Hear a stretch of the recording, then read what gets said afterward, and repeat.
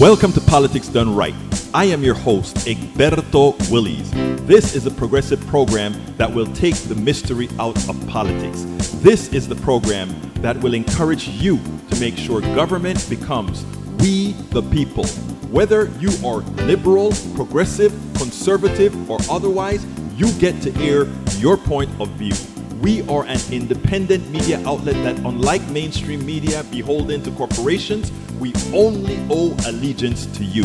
Remember, you can also send me a tweet at EGBERTOWILLIES. That is at Egberto Willies. Let us engage. It is Politics Done Right.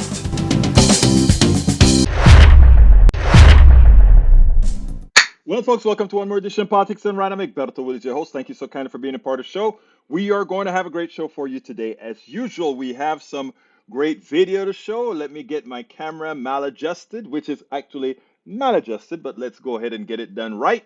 Okay, anyhow, folks, welcome aboard, welcome aboard, welcome aboard, welcome aboard to AVQ. In before the Restream bot loaded. That just means you are that good, my friend. That's all it means. You are that good. What else have we got here? We've got Yvette Avery Herod. Yvette, how is it going with the striking? I trust all is going fine. Well, not striking anymore. I trust that you guys are going to pass that the new strike, not bill, but the agreement. Rodman has a long one for us. He says, credit where deserved. At least some conservatives will wake up and change their minds after they realize they've been thoroughly lied to. Raw story. Conservative cries bitter tears after Trump allies admit election lies. It was all BS. Conservative broadcaster Steve Ducey complained bitterly that Donald Trump allies admitted to lies about the election that he helped spread. The Blaze TV host promoted Trump's election lies and raising money for the Stop the Steal movement in 2020. Much to his belated chagrin, Steve Ducey said, "We are going to the mattresses for these people. We are offering them more accommodations, more chances than we'd ever offer our own family members, for goodness sake." And for what? For Rudy Giuliani to go down to Georgia and admit that he lied. Have Jason Miller tell the Jan 6 Commission, yeah, we all knew it was BS. What is this? Some of you don't like it when I use the cult word, when you like being treated like a schmuck and ask for more. That is a cult. I am the mark. I am the sucker. I want to be such. I resent the person who tries to get me out that. These are marks of groupthink. Frankly, how many people in his audience sent money to Stop the Steal? A lot did. You know that, Mike. 3 years ago, how many shows did I waste your time talking about this 3 years ago? How many between election fraud and COVID? Repeating, I still have not recovered. Why? He added, because I went to the mattresses on COVID and the election fraud issue only to have Rudy Giuliani. Yeah, I was lying. And Jason Miller say, oh, we knew it was all BS. And you still went through with it. But what do you expect? Egberto in the parlor. How you doing? Bruce Pollard is in the house, as so is Lee Grant. And AVQ says, my usual first post didn't show, watching from Twitch. Maywood is in the house. Good afternoon, everyone, he says. And Melanie Keelan is here with us from Barcelona, Spain. Melanie, it's a great having you here today. I'm going to get started right away because we have two fairly good interviews that I want. Well, one interview and a cut that I did from this morning's show on Social Security to cover what we ended with on Friday. I wanted to clarify things because a lot of folks would have seen what Mike Cisak came out with and said, look, if you put $200 a month in the bank on compound interest for 50 years, there's going to be close to $1 million. It's all, I do some more explaining to do because, I mean, that is a simplistic form that they're talking about. I wanted to get around that. But let's go ahead and get started with El Senor Brett Spransky, with Brett Spransky, who is the executive producer of the Rick Smith Show, a good friend of mine now. I want you to listen to what he has to say, and then we'll take it on the other side. Brett Pransky from the Rick Smith Show. How you doing, my brother? Fantastic. How are you doing? Nice to see you. I mean, it's been I talked to Rick a few minutes ago, and what I told Rick is, hey, it's been a year ago, but actually it's not a year. We did last year was in August. Yep, so we're a little under a year. We're under a year, so it's like 11 months. What am I doing seeing you after 11 months? It's supposed to be a year, man. How you doing today, Rick? I'm doing great. Rick, how you doing today, Brett? Yeah. I'm doing great, having a great day, having a great time here at Netroots. It's been a great show. I know. It's I mean, what I like about this one, the last one was the first one after the pandemic, so you could see people a little bit more iffy in their behavior, in the way they were doing. It's almost coming back to what Netroots has always been. Yeah, I mean, but still, there's still some residuals from the pandemic because we're time, still there's still a lot of there's still a lot of masks in the room. There's still a lot of people taking a lot of precautions, and that's a good thing. Yeah. But it's a little more open, a little more like I said, it's a little less reserved than it was, say, last year. And it's a good thing. I mean, we have the vaccines now, and so, I mean, if you get COVID now, you get a little something, and, it's not as bad as it was before. Right. So, I mean, a friend of mine, I did my show earlier today, and he said, Egberto, I'm here, I'm recovering from COVID.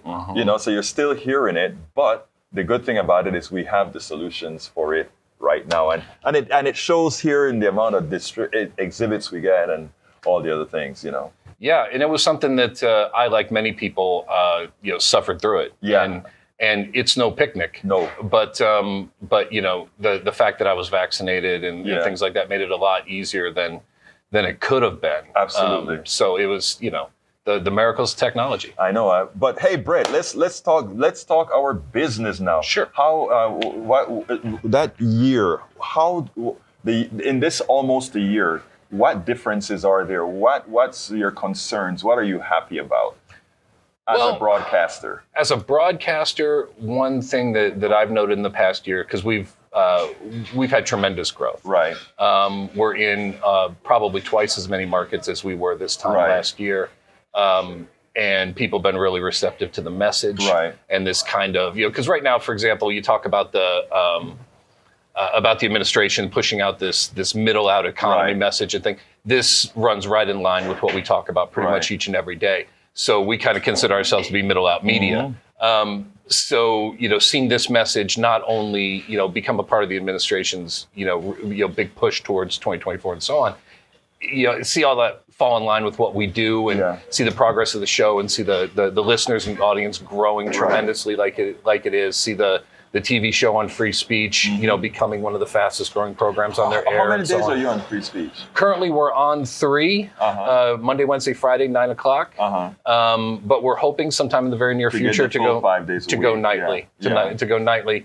And then hopefully, sometime in the near future, we'll go twice a day. We'll go, we'll have a morning program and an evening program too. Yeah, well, that is fun, but I tell you, that's difficult. I'm doing 2 programs, one on radio and one radio and streaming and one streaming only.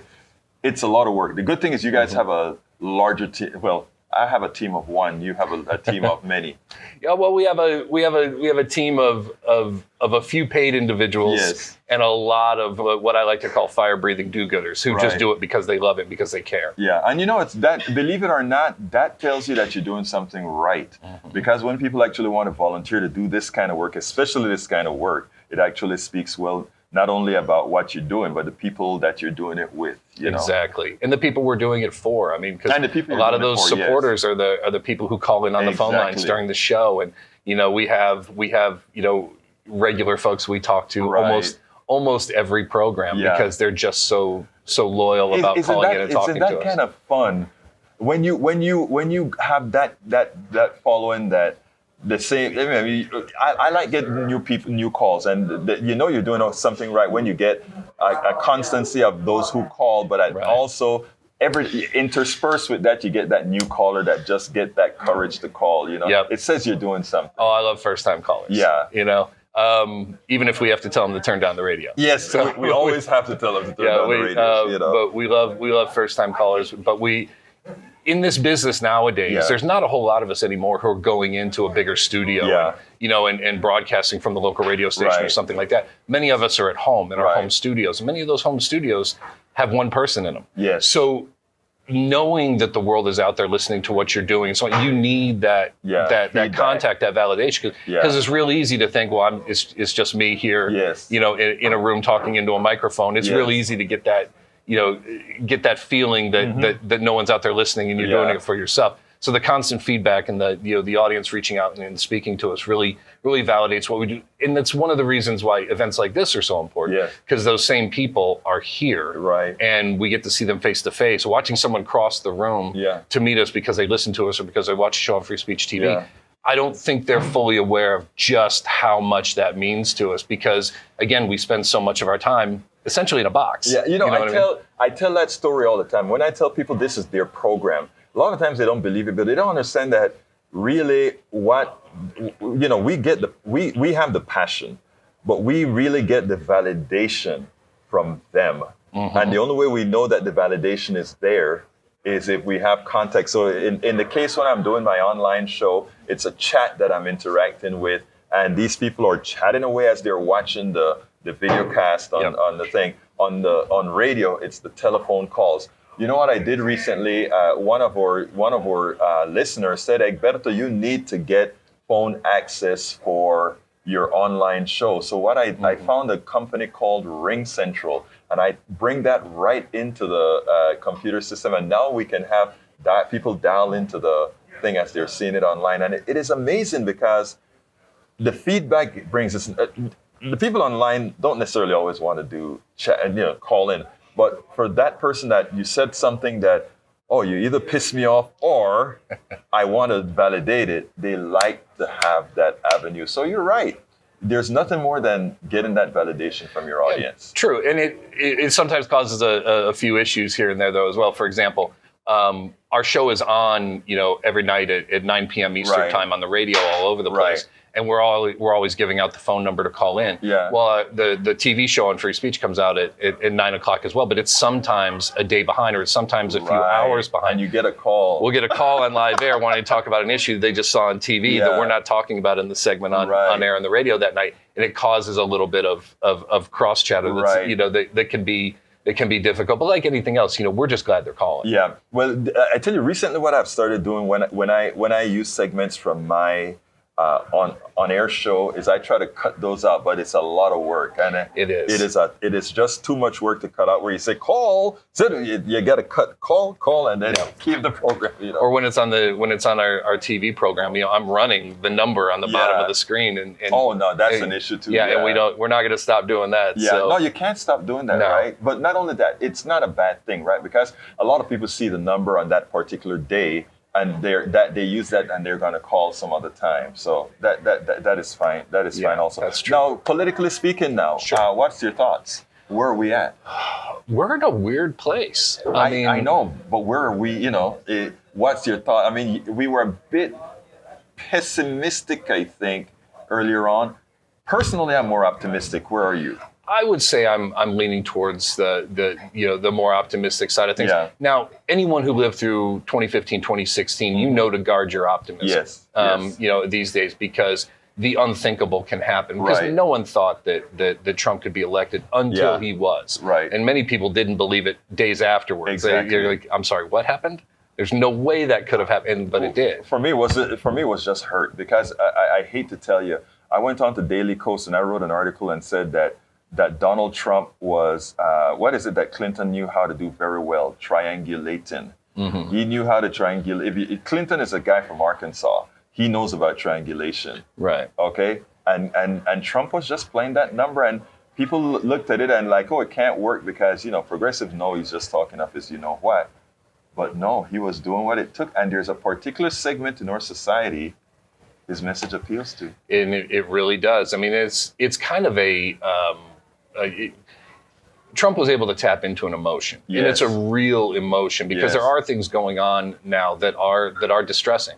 When I was a small child, I lived in a single income household. Right. My father was able to make enough money to support the entire household, because those jobs existed. Right. They don't exist so much anymore. Exactly. And we've gone from one income households to two income households. Now I just saw a report the other day that said 50% of American workers have a second job. Yeah. That means if you have two workers in the house, say a mother and a father, there are at least 3 jobs. We now live in 3 income households on average, and our life expectancy is dropping. Our standard of living has not increased. In fact, it's decreased. Wages are flat or declining against yearly inflation. Right. And so there's a lot of struggle out there. And struggle is where radicalism comes from. Exactly. If desperation rises, radicalism will rise right along with it. And that's whether you're talking about, our country or, countries halfway across the globe who don't like us very much. Many times the radicalization you see in these companies or in these countries is tied to that same kind of desperation. People who don't have the same access to good jobs, good lives, the ability to provide for their families and create a good future for the next generation. When you take these things away, people will go out there, they'll look for a sense of belonging, they'll look for a sense of community, they'll look for a sense of hope. And if the people who are going to provide that to you are also going to ask you to do dangerous radical things, you're much more likely to do them. So radicalism here and radicalism halfway around the globe are all the same cause. I think, Brett, one of the things we got to do is that I think that's why our work, as not sufficiently funded as it is our only saving grace. Yep. I've thought that for a long time. That's why I do it. I know that's why you do it, because there's a lot of other things that really we could do that really pays. Right. And but we understand also that we have kids, those that depend on us. We have to leave them something better. Yeah, I'm gonna misquote this. The saying is going to be incorrect, but it's the gist of it will be there. If there must be trouble, if there must be conflict, let it be in my time. Yeah. What we're trying to do is we would rather have that conflict, because I don't want to leave this for my kids. Exactly. I don't want my children to have to deal with a situation that I didn't spend my life trying to make better. Exactly. So yeah, there are a lot of places out there where where I could make my life more comfortable. Oh yeah. You know what I mean? But I don't want that. And it is amazing, right? I mean, and I always talk about the psychopath, right? The psychopath is the person who revels in somebody else's misfortune. And I find a lot of that. And it's not, I want to say on the right, but it's not completely fair, because a lot of my brothers and sisters on the right, they're suffering. They just think they're suffering for the wrong reason. Right? Right, and that wrong reason is usually someone who doesn't look like them. Exactly. And keep in mind, that's all constructed. Right. I mean, that is, using the old Jay Gould quote that we use on the air all the time. I can always hire one half of the working class to murder the other half. This is all, but there's more to it than that. That's not just a useful tool to get one group to turn on another group. It's also a tool to keep them from coming together. Exactly. So what we'll find, and we find this everywhere we go. We travel around the country, and we don't go from big city to big city. We go from what we like to call factory towns, those mid-sized and small towns where there used to be a plant in town that was the main job feeder for the entire community, and that would spread out to all the other places. And the entire town was able to live, off of that one or two major employers. All of those places are gone. Now those places today, the number one employer is the hospital. The number two employer is the rehab clinic. And you know what is so funny about that, Brett? You said the number one employer is the hospital. And with what they're trying to do with our healthcare system right now, even that is in danger. Rural areas. Especially in rural hospitals. And the thing about it is the people who will save that area is the people we support. And they are, it is something that I blame, to put it bluntly, a lot of the Democratic politicians in office. A couple days on my show, my radio show, I said, imagine if every time a hospital closed in rural Pennsylvania, rural Texas, rural California, rural Florida, we got a band of politicians, Democratic politicians, who support things like the Medicaid expansion to the Affordable Care Act. Imagine if at the closing of those institutions, they stood up there and they say, brought to you courtesy of, name by name, all the folks who voted in a manner that created that reality. But we don't do that, or the consultants don't tell them to do that, because they live in another world. Right, and that's correct. And I'm gonna bring up another kind of old metaphor where There's a story about, you ever heard of the story about the boiling a frog? Yes, I use that all the time. Yeah, if you take a frog and throw it in the boiling water, it's going to hop out. Right. But if you put the frog in normal kind of room temperature Right. water and slowly turn up the heat, the frog will sit there and cook. We're cooking. Yes. You know what I mean? And because it's happening slowly, I'll give you an example. I live in Ohio. Mm-hmm. In Ohio, only 25% of the counties in the entire state have even one OBGYN. Wow. So, only a quarter of the counties in Ohio Wait, is that have it. right? That's correct. Most people have to travel, at least 50, 60, 70 miles to get to an OBGYN. My God, I thought Texas And that was... dynamic is all over the place. You'll find this if you look for these numbers throughout the states, you're going to find a shocking number of counties in your state, that do not have access And at all. I bet they are mostly rural Exactly. counties, right? Exactly. You'll have the major cities, the counties with the major cities will have dozens, and then you go one layer outside of that, and there is zero. None. Yeah. So everyone has to go to the city. So if you don't live, within 50, 60 miles of a major metropolitan area, there's access you don't get. And that is shameful, if you drill down into like mental health care and things like, numbers get worse. They don't get better, they get worse. Yeah. So it's a real problem. And again, one of those things, as long as we're hiring one half of the working class to murder the other half, which is what, keep in mind, there are corporate entities out there pay a lot of money to get that dynamic. I mean, like we go to war with the right wing, media all the time. Right. But the one thing that the public doesn't know is almost every single one of these guys on the right doesn't believe a word that comes out of their mouth. No, they don't. They're just getting paid. They got vaccines. They also, about the drugs that they advertise on. It is amazing that many people don't realize that yet. But you know what? That's why we are here. That's exactly why we're here. Give me a closer, brother. Well, I tell you what, I'll go ahead and and pitch the show a little bit for folks who aren't familiar. The Rick Smith Show is a show by working people for working people. It's run by a 30-year Teamster, a truck driver, a UPS guy who might soon be on strike. Yeah. Oh, is it UPS? Yes. Okay, wow. Yes, that's who he's driving for. And in every day we concern ourselves with the lives of working families in America. What we get right and what we get wrong is all in the service of making lives better for American working people and talking about the issues that American working people care about. Brett, it's been a pleasure to have Always you a on pleasure. Politics Done Right. Always Thank you a so pleasure. kind of my brother. Thank you.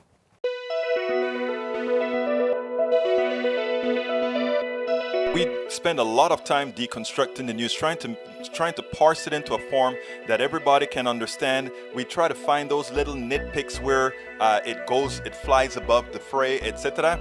If you really like these videos that we do, I want to ask a big favor. Please go ahead, number one, subscribe to our channel, and number two, please join if you can. Thank you so kindly for watching. Keep watching. Please remember to share.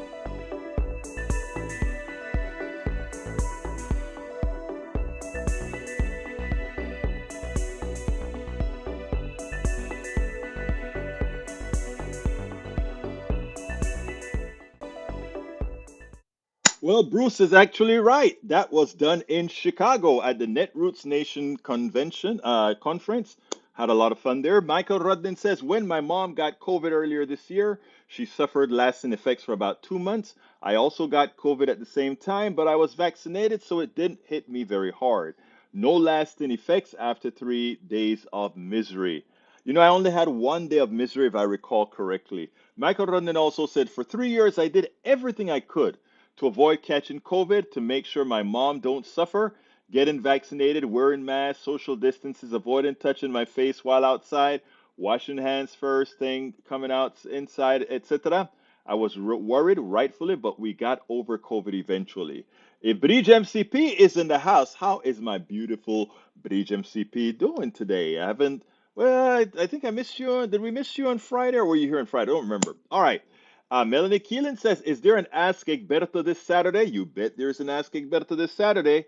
So don't forget, folks, to go to politicsdoneright.com/Ask Egberto and sign up. It's free. Michael Ronan says, Egberto, always prefer it when you read out comments in between videos and other contents. That's what I'm doing, my friend. That's what I'm doing. I know about TTS. You sent me there before. I'll be frank with you. I couldn't figure out the integration as far as how best to do it. Maybe some other time I get a chance to spend more time doing that, but I couldn't at this point.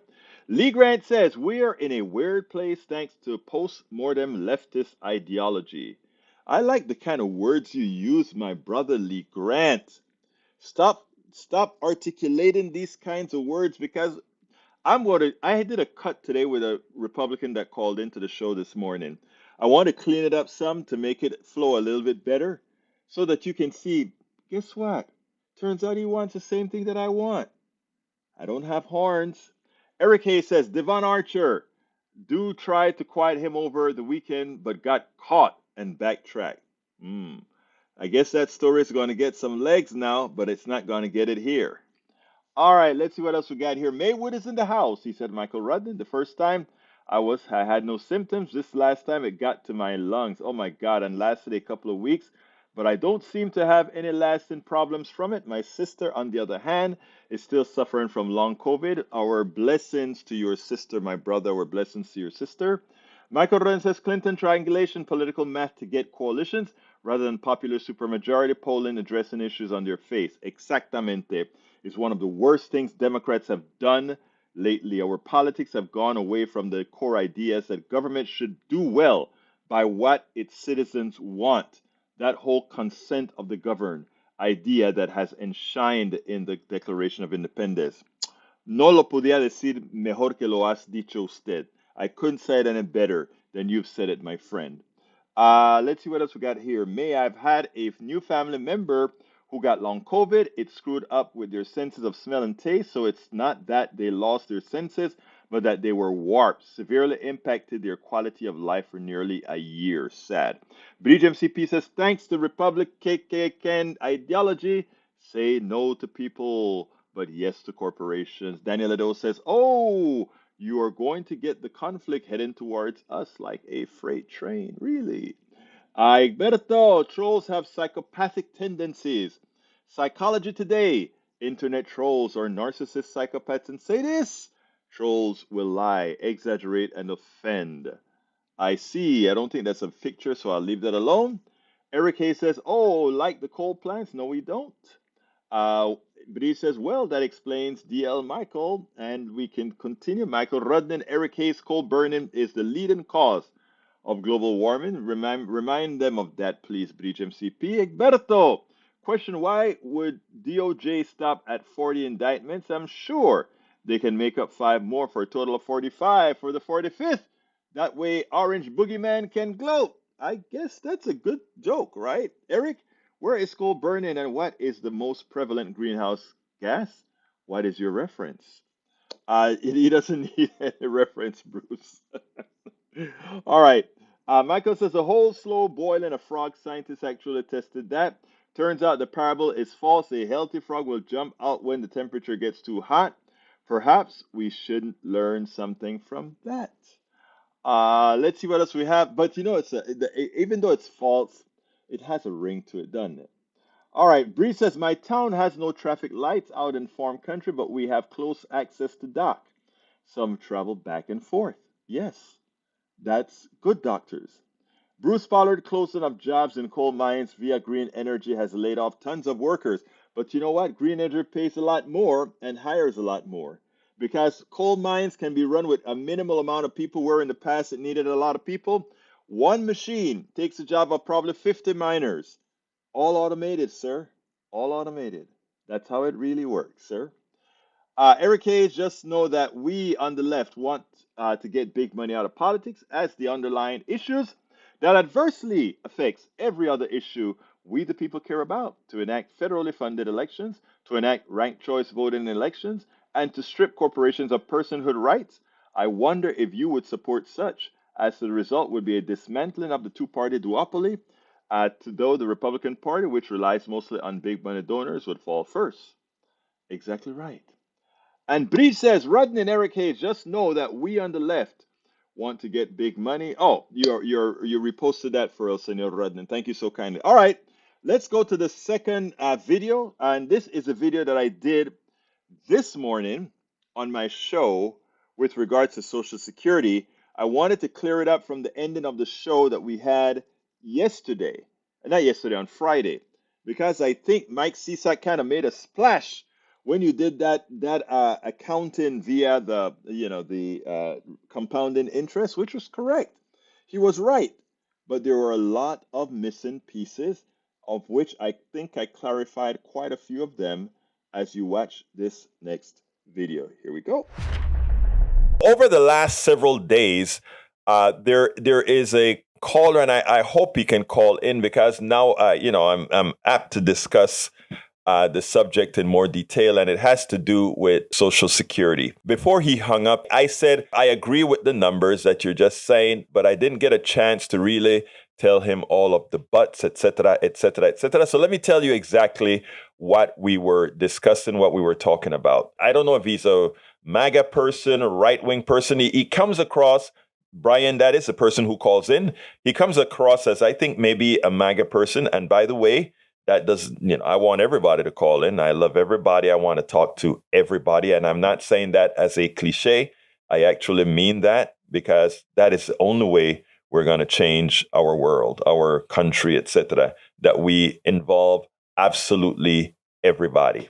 So anyhow, he called in and he made certain statements. The first thing he called in about was, hey, Friday made his day. And why did Friday make his day? Or Thursday, I think it was. Why did it make his day the day before? Because the plea deal with the Biden crime family, specifically Hunter Biden, fell through. And he was happy about that. And, it made his day. My question to him was, did it make anything within your life any better with all the commotion that we're talking about Biden, what Hunter Biden did or anything?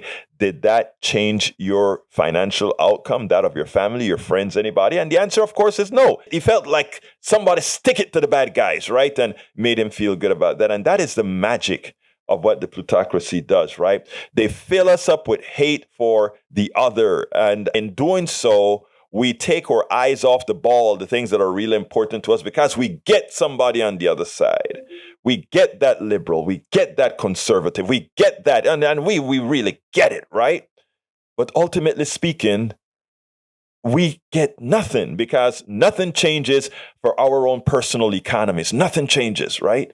So that's the thing that I wanted to get across to him. And he honestly, he answered the question honestly. He said, no, nothing changed for me, which is the truth. What he's sticking with, and he wanted to call in almost every day and talk about, was that Social Security was a Ponzi scheme and that somehow it did us wrong, and that Social Security, if he made the minimum wage, $7.25 an hour, and worked the 40-hour week, that meant that he's paying about $100 and something in Social Security. He would be paying a month, right? At that wage, you'd be paying about $100 and something in Social Security a month, and your employer paid the other $100.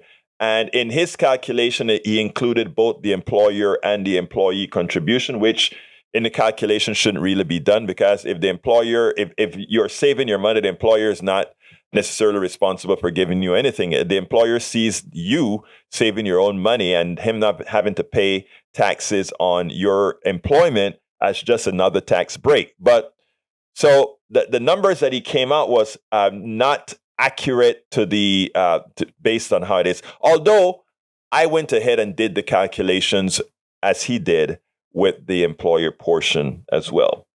But what he fails to understand, right, is that these are the concepts that he has. How somebody ends up with about $800-something thousand or even close to $1 million. He made he did different amortizations on the way it ran, and he went ahead and he said, well, that person who's a minimum wage person, if he puts away that $200-something a month, they'll end up with close to $1 million in savings. And that is more than they would extract from Social Security. And on the top, it seems like that may be true. And, as I did my program at 3:00 as well, there was another young man, another MAGA person that came with the same scenario, Michael Cisak. And he came and he said the same thing. And, I said, oh, my God, you know what? I'm going to have to take up this subject more in detail, because I saw one of the people in our chat that is a staunch, progressive, believing Social Security person started to look at these numbers and say, wow, I never looked at it that way. And one of them said, Egberto, yeah, I think the government should give back some of that money if the person dies to the person heirs and relatives. And I'm like, well, wait. And first of all, Social Security is not a savings plan. Social Security is not there for you to put away money so that you can use it in the future. As I know a lot of people think of it that way and they like to sell it that way, but that's not Social Security. Social Security just ensures that if you are alive and you have a steady flow of some income when you're no longer working. That's Social Security. And all of us pay a tax for it. I hate that we have a separate tax called Social Security. I wish we paid retired people out of the general fund. I think by having a separate Social Security tax, what we do is we give people the options. We give Republican, MAGAs, and neoliberal Democrats the ability to give people the impression that there's this lock box. You remember when Gore used to talk about putting away the Social Security in a lock box, not touching it. The truth of the matter, I think that is sort of silly, right?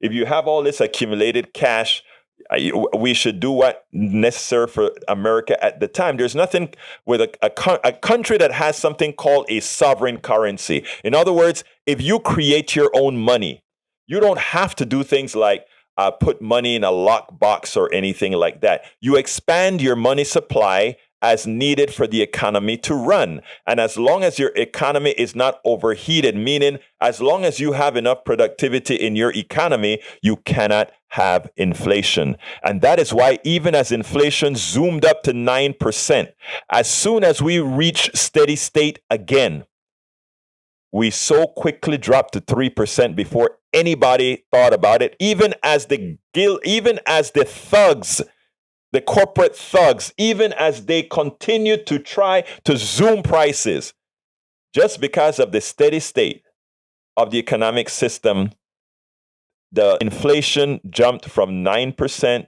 to 3%. They're trying to zoom it up again by jacking up gas prices. The cartel, again, doing that. We should make it illegal. We should force the price of gas to a certain level. But again, we have to understand economics before we can do that. And that is why we have programs like this out there to let folks know, don't believe what you hear from the plutocrats or the media controlled by the plutocrats. But going back to Social Security, as we were speaking about. So here's the deal. Social Security is not a savings account. Those of you who own homes, you are paying north of likely $200-$300 a month for your home insurance. Likely, you are paying more in your home insurance than you're paying in Social Security. Okay? Likewise, you're paying for your car insurance. You're paying for your life insurance. Many folks have something known as term life, which means you may have a term for your insurance policy for 20 years, and after 20 years, zoop, all that money is gone. Your home insurance, if you never make a claim, if your home is never damaged, and my home got damaged several times, but because I have a high deductible, I've always had to pay for it out of pocket, right? Remember, the plutocrats and these capitalists never lose. You do. It never conceived to this guy, our good friend, to say, I am going back to Allstate. I'm going back to State Farm. I'm going back to all these companies that I have paid all this money to and never made a claim. I'm going to them and say, you owe me some money. You owe me money because I didn't make a claim. But when it comes to Social Security, a tax being paid to our government, we have guys like our great caller calling in and saying, well, it's a scam. We want to get our money back. Let's get rid of the scam here. Here's the scam. The scam is to tell people that they could do it on their own. The scam is to tell people that they could take their money, throw it into the stock market, and somehow do better than having a defined a Social Security that no matter what is there for you. That is the scam. The scam is not to inform you that if all of us on this country, in this country started to save, we would have a glut of savings. And if we had a glut of savings, you no longer are going to be able to collect the current interest rates that you collect on those savings, right? Because why do past books and these things pay for savings? Because we want to ask people to save their money for a return. If we have everybody and their mother and their father and their sister and their brother throwing a whole lot of money into the banks no longer have to pay a whole lot for this saving because everybody wants to throw their money into the banks. And that return that for the small amount of folks that save right now that is kind of acceptable goes away because we no longer have to pay. And if everybody is saving, who is buying? If everyone is saving, who is buying? So these are the factors that guys like Brian they think inside of the box that says, if we go ahead and put based on the way money grows, based on compounding interest, that somehow your money is going to grow so much. Well, if you have all these dollars chasing savings, the value return on those monies go down. They don't tell you that. So therefore, if you did your amortization at 7.25%, which is what the stock market is, the growth over decades turn out to be, you're fine. But what they don't tell you is if in a particular decade, the stock market drops, you're hosed. Because the recovery can take quite a long time and you may be dead after working 50 years and saving and losing that money for that stock market to recover even as you draw. They don't tell you that, right? They don't tell you that unlike your whatever savings you have, your Social Security has something called COLA, C-O-L-A, cost of living adjustment. Every year, it compensates for inflation. So it's not a standard calculation that one can do with Social Security. Again, they are snowing you. When they do the tables and you do it yourself and you say, oh my God, you mean even if I just put away X amount of dollars, I would have so much money in the bank? Dream on. Dream on. And dream on. That's not what really happens in the real world. And it is important for us not to allow the playing with numbers. And again, like I said, the worst thing that happens too often is that if you tie in a lot of truth with just the right kind of fallacies, we can all make bad decisions. A little bit of truth, we make horrendous decisions. Somewhat number of truth, we make bad decisions. So don't fall for it. Social Security is a must. Social Security is a good thing.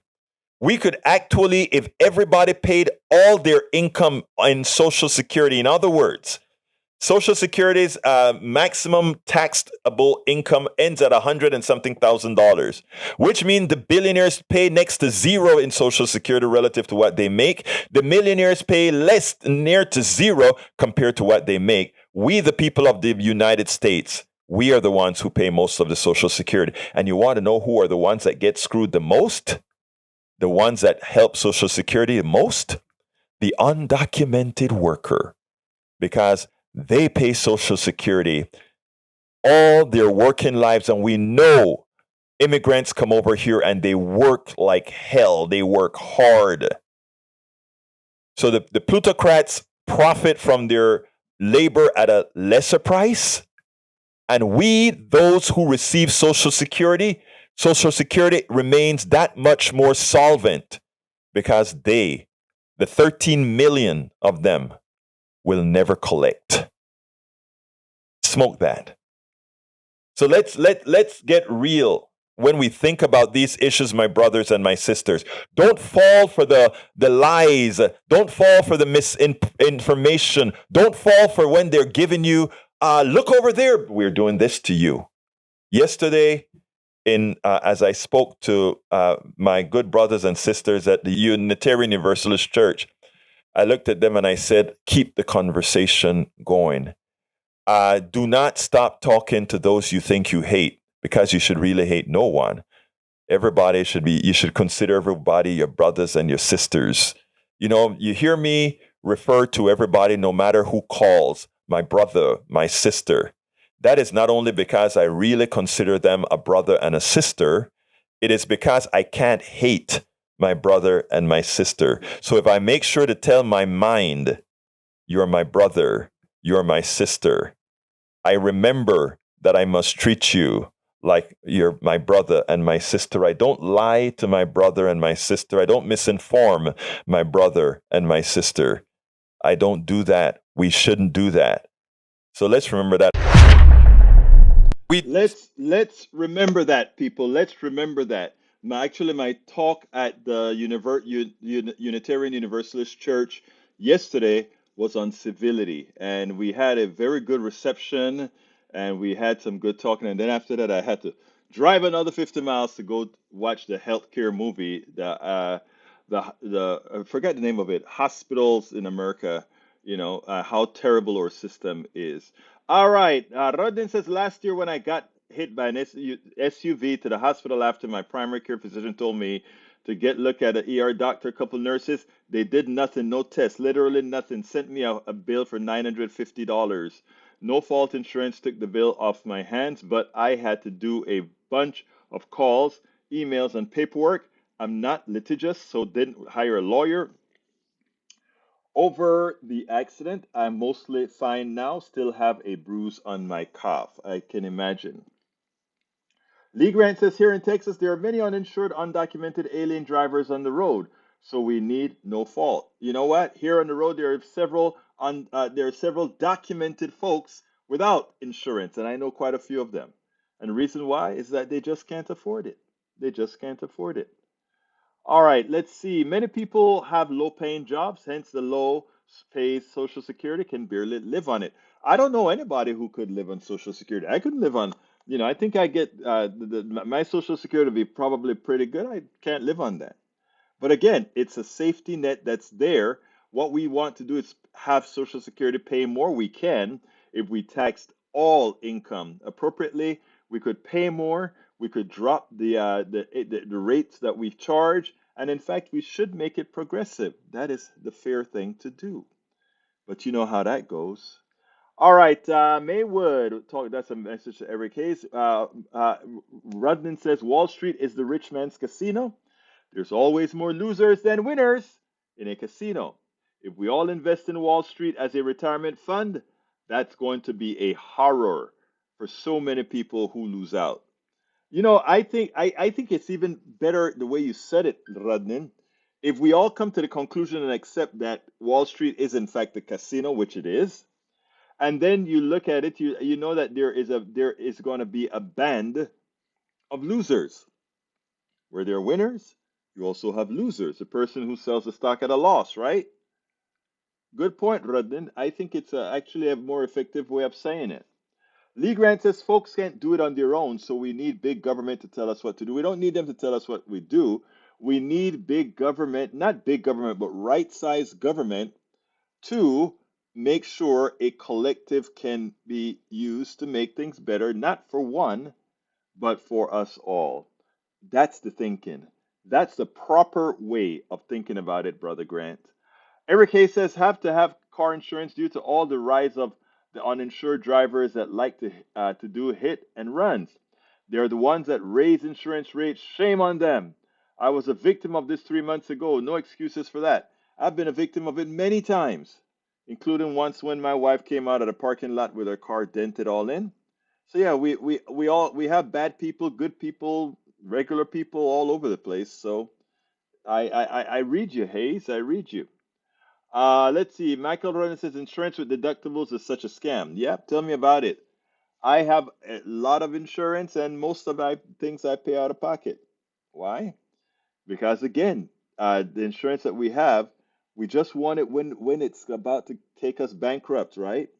But then and then when we do use it, we have to fight the insurance company to hope that they'll pay it and thus prevent us from going bank. It's a racket. It's a racket. It's a racket. Let's see what else we got here. Paul Fleming is in the house. How you doing, my brother Paul? He says over 100,000 people lost insurance coverage from the state of Georgia, of which $78,000 were children. But you know how they love their children. They love those children when they are zygotes. They love it. But when they become humans, they don't. What can I say? What can I say? Melanie Keelan is telling folks about my attire in the mornings. Let me tell you about my attire in the mornings. I run a strict ship, right? Well, let me see how to put this. Time is a precious resource. And as it turns out, I am starting to go to bed probably around between 12:30 and 1 o'clock to get up early in the morning for my 6 o'clock show, which I have to get up at 5 or so to get prep, all that good stuff, right? And also I have to make the time to do my spinning. You got to get off the frustration somehow. So what I do in the morning for the morning shows is I sport my cycling gear. Put on my cycling jersey and my tights, and as soon as I'm done with the morning show at 7 p.m. Central, I'm sorry, what am I saying? Yeah, 7 a.m. Actually, I finish it at 6:58 a.m. Central. I jump up, disconnect from the studio, jump into my place, and I start to do my cycling, actually my spinning. And after my spinning, I take a shower and it's back to the cycle again, back to work again. So I have a whole lot of these pretty jerseys because I did a whole lot of riding. In fact, Bruce Pollard and I rode several MS 150s together from Houston to Austin, which is about 185, 190-mile ride. And we've done that for several years. I've done it with El Señor Roberto Luis. I've done it with. I've done it with Norman Reynolds. I'm talking about the people who you see in the chat that we've driven or ridden that on our cycle or bikes. We've done that long drive that takes us 2 days to do it, 90 miles or 100 miles the first day, 80 to 85 miles the second day. We love it. We love it. Haven't done it in a while, and I don't think I'd have to do some working out to do it. Alistair Water is in the house. Welcome, my dear, beautiful Alistair Waters. Bridge says, Egberto, I am one person, so I moved to have lower payments. I can get by on my SSD. Old house, my SSD was my mortgage. There you go. I hear you, girl. I am one person, so I moved to have I moved. Let me see. I moved to have lower payments. I'm not sure what we're talking about there. I may have missed something there, Breach. I may have missed something there. All right, explain that to me because I want all income taxed for Social Security, but maybe I'm missing something that you're saying. Let's see what else we got here. Melanie Keelan says, Alistair, see you on Saturday. Yes, for our Ask Egberto Anything. Michael Rodney says, Lee Grant, what you call big government is something nearly every other major nation have figured out in how to keep its citizens from falling into hardship or desperation. Egberto Willies, when I was in the AYH, I rode from New York to Vermont and North New Hampshire many times. Hey, girl, I love that. I love that. I love that.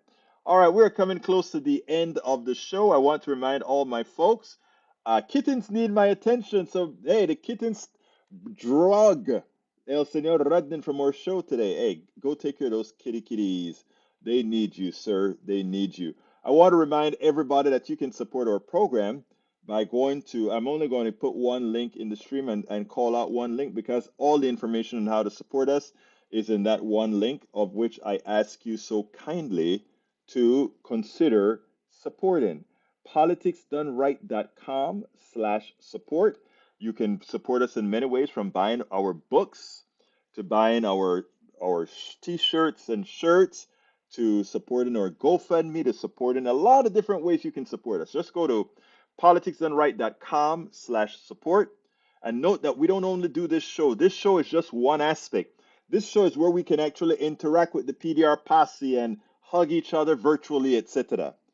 but there's a lot more that's done, from blogging to writing of articles to writing of books to creating podcasts, processing videos.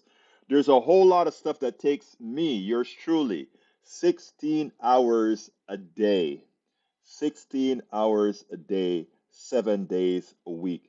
My wife, I got a break. I took my wife to the movies this Saturday. She was ecstatic because we wanted to see what is it? Mission Impossible. And it was great. It was great getting away. And she turned around and she looked at me and she said, "Wasn't that fun for a change? Didn't you just were able to get out of it?" And I'm like, you know what was so funny? As I was watching I actually went ahead and I was thinking of how does the Tom Cruise movie Mission Impossible equate with what's going on today? And she just shook her head and said, "Oh my God!" But anyhow, had a good time watching these movies. Anyhow. Egberto, I was saying my SSD would cover my mortgage. I had a tenant. I lived off of that. So moving upstate lowered my mortgage by 2/3, car insurance by 1/2, so I can get by an SSD. I got you. I see what you're saying. And that is something that I think is a lot of people would do. In the case if you have a big house, maybe you can rent out some rooms and all of that to bring that extra income in as well. We are going to have to do something of that sort because again, I made the strategic decision to use my retirement to do this, to make sure that we could change the world. So, yeah, we are all going to have to do, those of us are going to have to do certain things to make life better for us all. Anyhow, we're at the end of the show. My name is Egberto Willies. This is Politics Done Right, and you guys know how I end this baby. I am what? Out.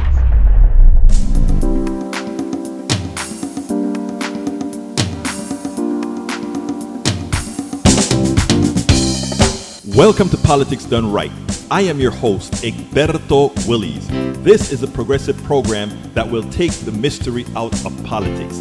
This is the program that will encourage you to make sure government becomes we the people. Whether you are liberal, progressive, conservative, or otherwise, you get to air your point of view. We are an independent media outlet that, unlike mainstream media beholden to corporations, we only owe allegiance to you. Remember, you can also send me a tweet at EGBERTOWILLIES. That is at Egberto Willies. Let us engage. It is Politics Done Right.